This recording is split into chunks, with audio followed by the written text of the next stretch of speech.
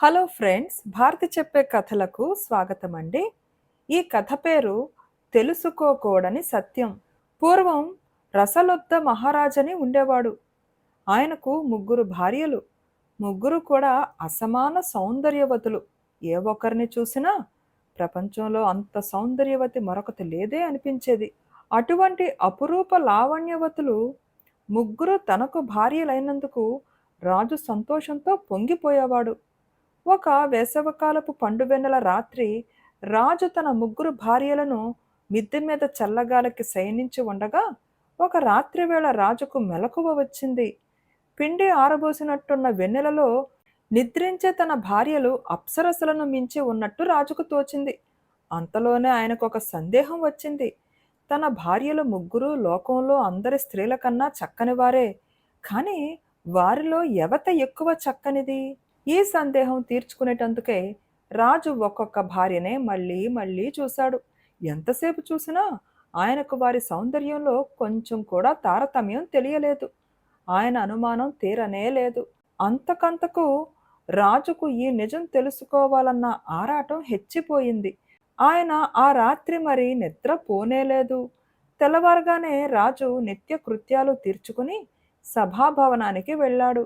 ఆయన మంత్రి నయనేత్రి అనేవాడు ఆయనను చూస్తూనే, మహారాజా, తమ కళ్ళు నిద్ర లేనట్టుగా ఎర్రగా ఉన్నాయి, కారణమేమిటి అని అడిగాడు. మంత్రి, ఒక్క సందేహం నా తలలో ప్రవేశించి తెల్లవార్లు నాకు నిద్ర లేకుండా చేసింది. ఇప్పటికీ ఆ సందేహం తీరనే లేదు. అదేమిటంటే, నా ముగ్గురు భార్యలలోనూ ఎక్కువ అందగత్తె ఎవరు? ఎంత ఆలోచించినా సమాధానం దొరకటం లేదు అన్నాడు రాజు. మహారాజా, దానిని బట్టే ముగ్గురు రాణులు సమాన సౌందర్యవతులని, హెచ్చుతగ్గులకు, ఓర్చలేని తనాలకు అవకాశం లేదని తెలియటం లేదా? మీరు ఆ విషయమై మనసును బాధపడనీయకండి అన్నాడు మంత్రి నయనేత్రి. అలా కాదు మంత్రి, నాకు ఈ విషయం నిజం తెలిసి తీరాలి, లేకపోతే నాకు మనశ్శాంతి ఉండదు అన్నాడు రాజు. రాజుగారి మనస్సును ఈ పెడమార్గం నుంచి మళ్లించడం సాధ్యం కాదని నయనేత్రి గ్రహించాడు. ఆయన రాజుతో, మహారాజా, మన నగరానికి ఒక బ్రాహ్మణ యువకుడు వచ్చాడు. వాడి పేరు కాంతిగ్రహుడు. స్త్రీ సౌందర్యాన్ని అంచనా కట్టడంలో అతడికి సమానులైన వారు మూడు లోకాలలోనూ లేరని ప్రతీతి. అతన్ని పిలిపించి ముగ్గురు రాణులను చూపండి. ముగ్గురులోనూ ఎవరు సౌందర్యం ఉత్కృష్టమైనదో అతను తూచినట్టు చెప్పగలుగుతాడు అని అన్నాడు. రాజు ఈ సలహాకు ఎంతో సంతోషించి కాంతిగ్రహుణ్ణి పిలిపించి ఒక గదిలో అతనితో మాట్లాడుతూ కూర్చున్నాడు. ఆ సమయంలో రాజుగారు ముందుగానే చేసిన ఏర్పాటు ప్రకారం ముగ్గురు రాణులు ఒకరి తర్వాత ఒకరుగా రాజుగారు కూర్చున్న గది గుండా నడిచి వెళ్లారు. మొదటి రాణిని చూసినప్పుడు కాంతిగ్రహుడు కొయ్యబారిపోయినట్టుగా అయిపోయాడు. రెండవ రాణి కనిపించగానే అతని శరీరం కొద్దిగా జలధరించింది. మూడవ రాణి అటుగా వెళ్ళినప్పుడు ఆ బ్రాహ్మణ యువకుడి ముఖం వివర్ణమయ్యింది. ముగ్గురు వెళ్ళిపోయాక రాజు కాంతిగ్రహుడితో, బ్రాహ్మణ, నీవు సౌందర్య నిపుణుడు అని విన్నాను. ఇప్పుడు ఈ గది గుండా నడిచి వెళ్ళిన ముగ్గురు రాణులను చూశావు కదా, వారిలో ఎవరి అందం హెచ్చో చెప్పు చూద్దాం అని అన్నాడు. కాంతిగ్రహుడు తనలో తాను ఈ విధంగా వితర్కించుకున్నాడు. రాజుగారి అభిమాన భార్య ఎవరో తెలుసుకోకుండానే ఎవరు అందంలో ఎక్కువైనది చెప్పటం క్షేమం కాదు.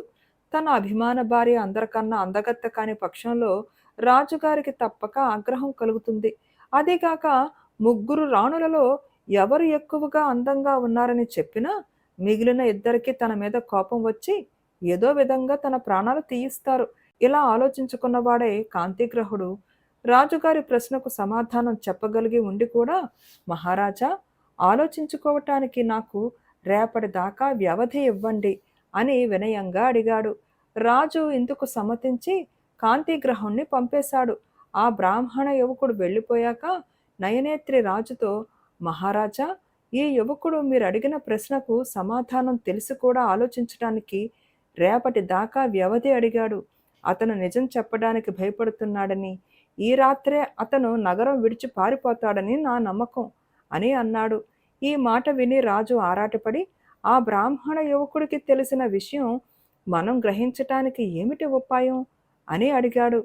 మహారాజా, అందుకు తగిన ఉపాయం నేను ఆలోచిస్తాను.